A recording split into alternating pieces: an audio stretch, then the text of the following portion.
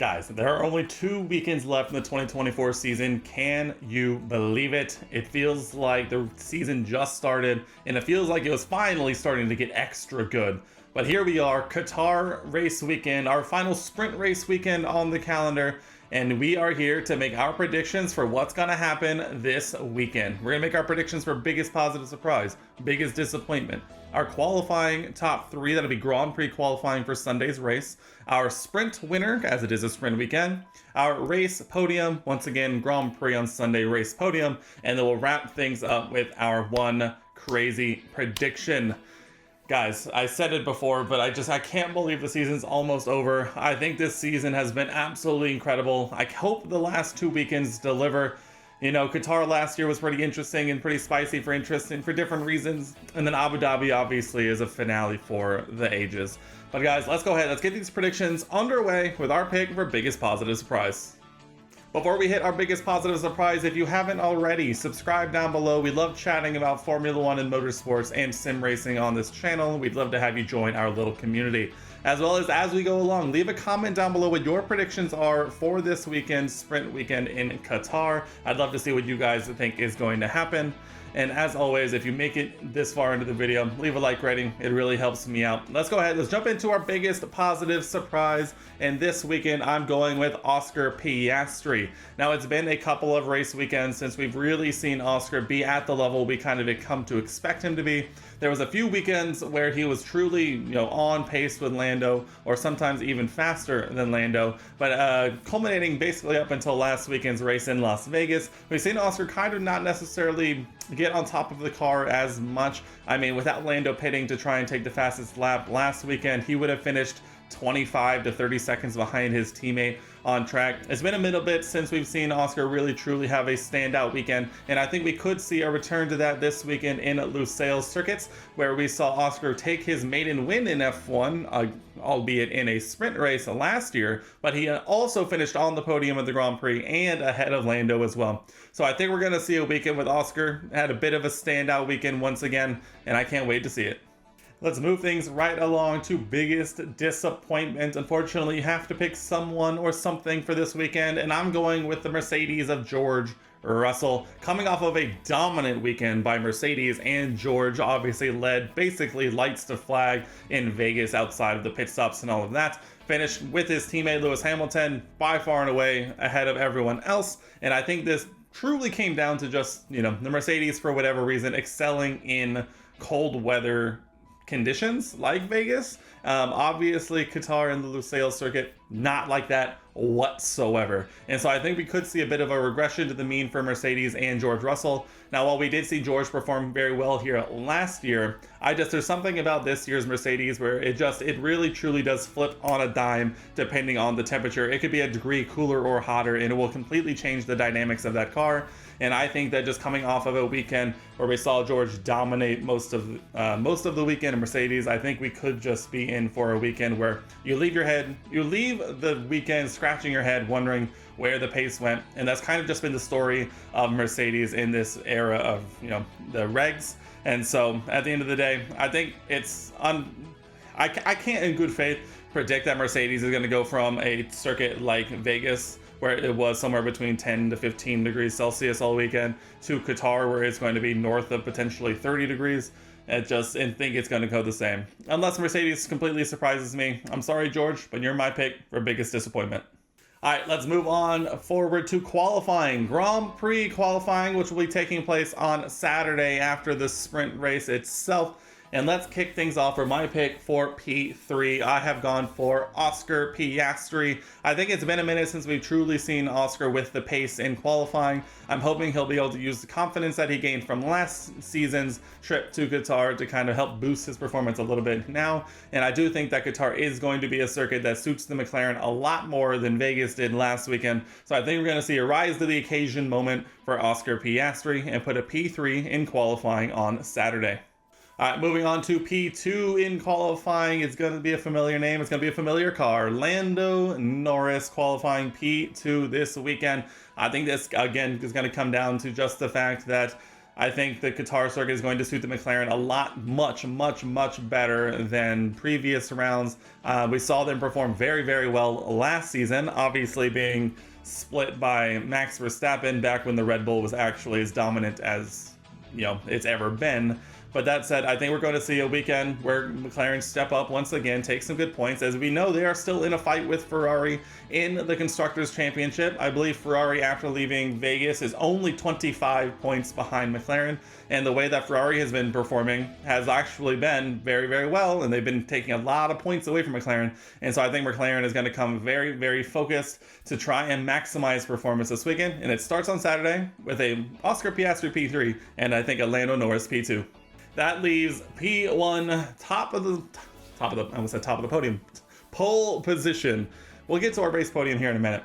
Our pole position I've gone for, speaking of Ferrari, Charles Leclerc. There's a lot of drama exiting the Vegas weekend surrounding Charles Leclerc and Ferrari, and for some reason I feel like the universe is going to just turn it around for them with a beautiful performance by Charles in qualifying. And while I don't necessarily know that if the Ferrari will have the race pace on Sunday to convert it, we know Charles definitely has had the pace in qualifying here and there, and I think this could be a weekend where we see it come back once again as Ferrari continues to try and fight for P1 in the Constructors. It's not an uncommon or unoriginal, there's a word I'm trying to come up with, but it's not out of the question that Ferrari could take P1 in the Constructors. So I think it's going to start on Saturday. Charles, let's see that qualifying masterclass you're used to putting on.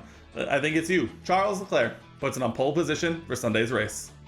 Let's move on to Saturday's sprint race, our sprint winner pick. And I think we're going to stick it nice and simple, keep it nice, short, and sweet. Lando Norris back on the top step of the podium, even though they don't get a podium for the sprint. And I don't even know if they get anything at this point.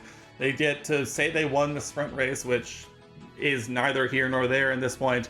I think this is going to be an instance where Lando gets back on the top step of the quote-unquote podium, gets back off the snide, and gets a nice little win under his belt to try and continue to build confidence as they prepare for their 2025 challenge to fight for the Drivers' and Constructors' Championship once again. It all starts on Saturday.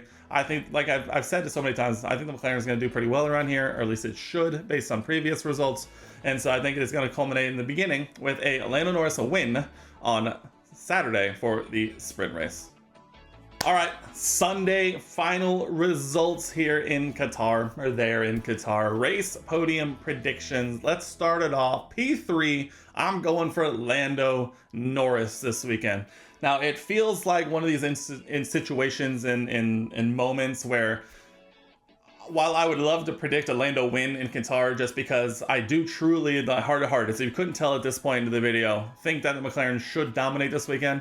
It's always when I think that something goes wrong and it just does not happen for them. So P3 Lando, this might be a bit of a reverse jinx. It might just be me betting against myself and what I originally thought, but at the same time, should be definitely quick enough to finish on the podium. It's been a minute since we've seen a good Lando weekend from, beginning to end, kind of getting the most out of the car. And so I think it starts this weekend in Qatar. But that said, I think it comes to the tune of a P3 on Sunday. Moving on to P2 on Sunday, I'm going with Oscar Piastri. Now that the Drivers' Championship is locked up, I think Oscar gets released back into the universe, full of life and energy, knowing he doesn't have to deal with papaya rules or anything holding him back. And I think Oscar is going to come out, want to try and regain some of that mojo. I kind of talked about it in Biggest Possible Surprise and in qualifying, where it just feels like it's been a while since we've seen a true Oscar Piastri masterclass. And I think it's going to start this weekend. Oscar P2 on Sunday. Let's get it done.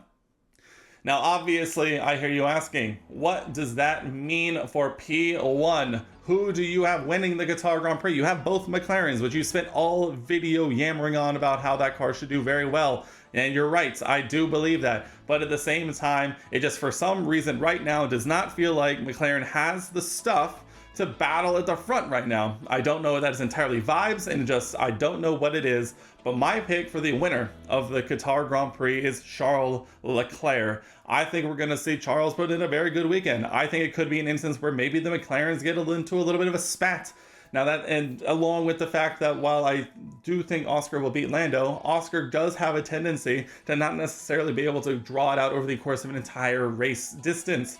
And I think Charles, if given the opportunity and some clear air at the front, could take advantage of starting on pole position, drive off into the distance, maybe be challenged for a good portion of the race before just kind of edging away down the stretch. But there you have it, my race podium for Sunday. A Lando Norris P3, a Oscar Piastri P2, and a Charles Leclerc win for Ferrari on the top step of the podium. All right, we have reached our final prediction, our one crazy prediction, and we are going to go really bold this weekend because my one crazy prediction is that the Williams mechanics will have to make no repairs to the car over the course of the entire weekend. Now, what does that mean? I am defining this as there will be no crashes, no incidents, no contacts, no nothing that would cause the Williams mechanics to have to put the car in the garage in a session and make changes. Make repairs. We have seen both Alex and Franco have these moments of crashes in qualifying or in the race or in practice, and they have to make these quick turnarounds effectively overnight or in a couple of hours to get the car ready for the next session. I think Williams mechanics gets a week off from making those overnight stress-filled adventures of rebuilding the car. Lusail does not have a lot of walls too close to the track, so this could just come down to car-to-car damage. But I think it's going to be the weekend. I think Williams mechanics get a nice weekend break from having to repair the car in a couple of hours. What do you think? Let me know down in the comment section below. There we have it, guys. Our 2024 Qatar Grand Prix predictions. What do you make of my predictions? And I would love to know yours. Leave a comment down below what you think. I'd love to see what you guys are working with. And also, if you haven't already, once again, subscribe, turn on notifications so you don't miss a single upload. We would love to have you join our small little community. It's ever growing, ever so slightly, one at a time. And as always, if you made it this far into the video, leave a like. I truly appreciate it. It really helps me out. And guys, I hope you appreciate and have fun with the Qatar Grand Prix weekend. I know I can't wait for it. I'm going to enjoy these last 2 weekends to its fullest. And it all starts on Friday with practice 1 and qualifying for the sprint race. I hope you enjoy it. I'll see you guys after the weekend is over. We'll talk about it in our race recap. And until then, I'll see you guys in the next one.